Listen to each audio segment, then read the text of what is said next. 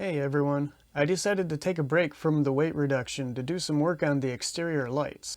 If you look at the instrument cluster, there are warning lights for the headlights and tail lights. I'm going to address that. I'm also going to replace the third brake light because it broke into pieces when I removed the headliner. Actually, let's start with the third brake light. I bought a generic LED unit from Amazon.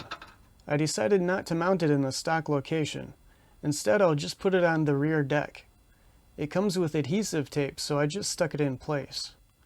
The wiring is really simple, just 2 wires. On the light, the wires are red for power and black for ground. In the car's wiring harness, the wires are black with a yellow stripe for power and brown for ground. Okay, that was easy. Let's make sure it works. Also, let's make sure it's visible from behind the car. Excellent. Let's move on. Next, I'll deal with the tail lights. When I checked them, I noticed the electrical plugs were burnt. It looks like the ground wires got hot and damaged the electrical plugs. There's also damage in the taillight housings where the ground wire connects. It looks like the previous owner tried to solve the issue by installing an extra ground wire, but they didn't do a very good job. I suppose you could replace the taillight housings and splice in new electrical plugs, but the problem will eventually come back.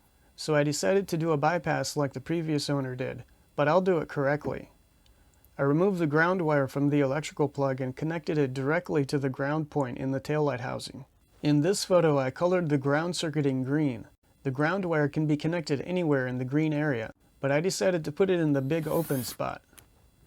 I put a ring terminal on the ground wire and used a self-tapping screw to secure it. I did this for both taillight housings. Here's what it looks like with the wiring reconnected. So, did it fix the issue? Let's check the instrument cluster. Awesome! Now let's address those headlights. First of all, these are the wrong headlights for the car. My car is a sedan, but these headlights appear to be for a coupe. I'm not sure why the previous owner put these on the car, but they're in bad shape, so I need to replace them anyway. First, we need to disconnect the electrical plugs. Just push the little tab and pull it off. There are supposed to be 4 mounting screws on the headlamp assembly, 2 on the top and 2 on the bottom, but there were only 2 screws holding these ones. And here's why the warning light was on. The housing for the high beam light was burnt and the bulb was missing. If this car could talk, I think it would have some sad stories to tell. Anyway, let's install the new headlamps.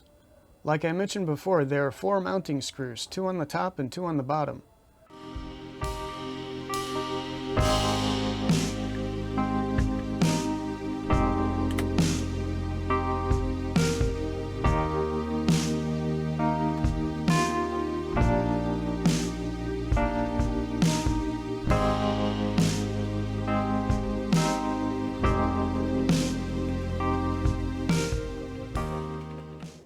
The 2 bottom screws need to be installed before installing the trim piece because the trim covers them up.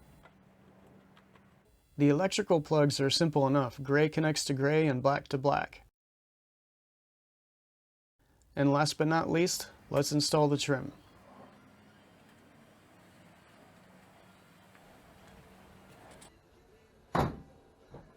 That looks much better. Also, no warning lights. Ignore the door jar light, that's because I left the door open. Before I drive the car, I need to aim the headlights.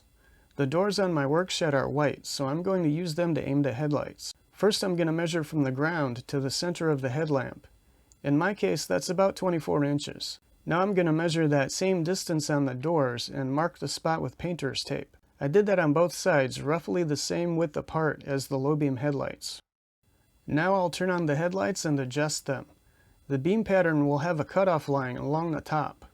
That cutoff line needs to be even with the tape mark on the door. As you can see, the headlight aim was way off. Technically, the car needs to be 25 feet away, but I don't have that much space. But at least I can get them close. Then I can go somewhere else to fine-tune them. Now I feel better knowing the car is safe to drive at night. That's one less thing to worry about next time I go to the racetrack. Anyway, that's it for this video. See you next time.